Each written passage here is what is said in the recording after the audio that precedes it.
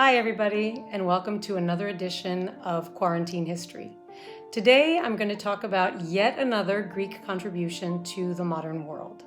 But I think that most people don't realize how interconnected the marathon race really is to ancient Greek history.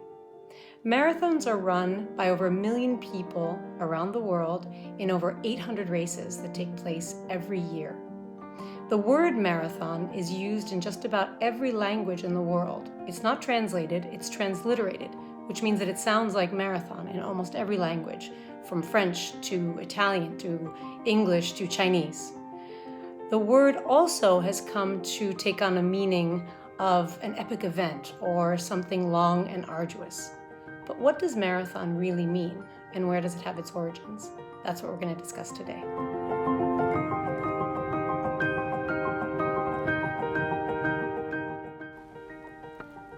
The word marathon comes from the Greek word maratho, which actually means fennel, like the plant. Wild fennel grows across Greece and in most other Mediterranean countries. Greek mythology tells us that Prometheus used a stalk of wild fennel to steal fire from the gods.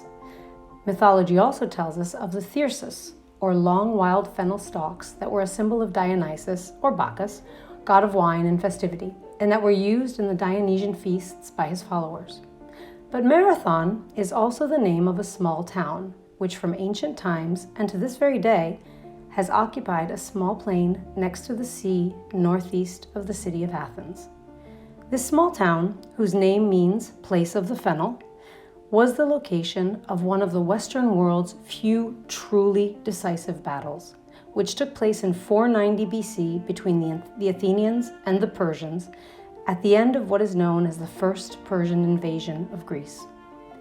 The vastly outnumbered Athenians decided to engage the Persians in battle on the plain of Marathon in an attempt to keep them away from the city of Athens.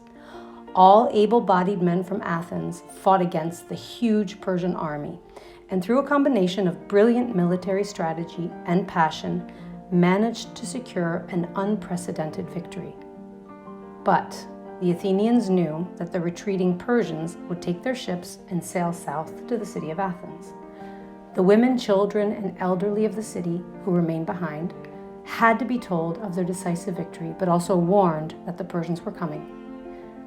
So immediately after the battle, the Athenians sent their fastest foot messenger, a young soldier named Phidippides, who himself had just finished fighting in the battle, to run to Athens to deliver the news. The distance between the battlefield of Marathon and the Acropolis of Athens is 42 kilometers, or 26 miles. Legend says that Phidippides ran from the battlefield in full armor all the way to the city center, where he uttered the word nenikikamen, or we won. Tragically, this word would be his last, as he dropped dead of exhaustion after delivering the news. The rest of the Athenian army managed to march back to Athens following the battle and arrived before the Persian fleet did. When the Persian ships neared the Athenian coast, they saw the Athenian army lined up in formation along the water's edge, and, wary from the battle they had just fought, decided to turn around and sail back to the east. Athens had been saved, at least for the time being. Fast forward to the late 1800s AD.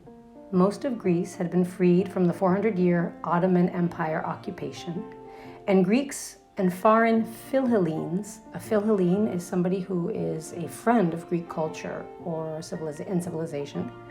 So these Greeks and these foreign Philhellenes decided to revive the long-dormant Olympic Games.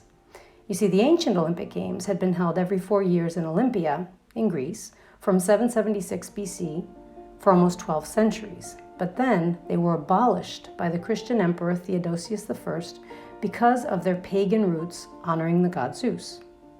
So for 1,500 years, there were no Olympic Games. The time had come for the Games to be revived in a new modern edition. Athens was chosen as the location of the first modern Olympiad, which was eventually held in 1896. As preparations were made, a gleaming new stadium was built in the shadow of the Acropolis, using the same Pendelic marble that had been used in the 5th century BC for the temples atop that sacred hill. And an idea was brought forth for a new Olympic event that had not existed in the ancient Olympiads. The idea was to introduce a new men's foot race, but unlike any that had ever come before. It was a race inspired by that ancient story of Phidippides and his run from Marathon to Athens, and a race created to honor the Athenians who had fought to uphold the ancient Greek values that our Western civilization is based on. The marathon race was born. The first marathon race during the first modern Olympiad in Athens in 1896 had only 17 participants from 5 different nations. The runners began the race in the town of Marathon, ran past the ancient tomb of the Athenians killed in that historic battle of 490 BC, and continued on the 42-kilometer route, which to this day is known as the original marathon course, until they arrived at the brand new marble Panathenaic Stadium in downtown Athens. Only 8 of the 17 runners managed to finish the race, 7 of whom were Greek nationals. The winner was a Greek shepherd named Spiros Louis, who to this day is a national hero for the Greeks. Greece wouldn't see another modern Olympiad until more than 100 years later, when the Olympics returned to the land of their birth in 2004. Today, marathon races have become one of the year's most popular and anticipated events in the cities that host them. Hundreds of thousands of applicants vie for just tens of thousands of spots in the world's most popular marathon runs. Out of more than 800 annual races, there are 6 that dominate, including the Boston Marathon, which is the world's oldest, actually, annual marathon race. It began just a year after that first modern Olympiad in Athens, so it started in 1897. Then there's the New York City Marathon, the Chicago, the Berlin, the Tokyo, and the London Marathons. Those are the top 6. The London Marathon receives close to 500,000 applications every year for just 42,000 spots. The Athens Classic Marathon Race, which takes place every year in November, may not be the biggest marathon event in the world, but it is the original.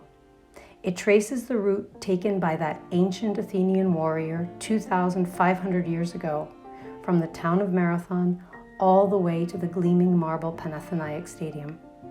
It is the marathon race which is on every serious runner's bucket list because of its unparalleled historical and athletic significance.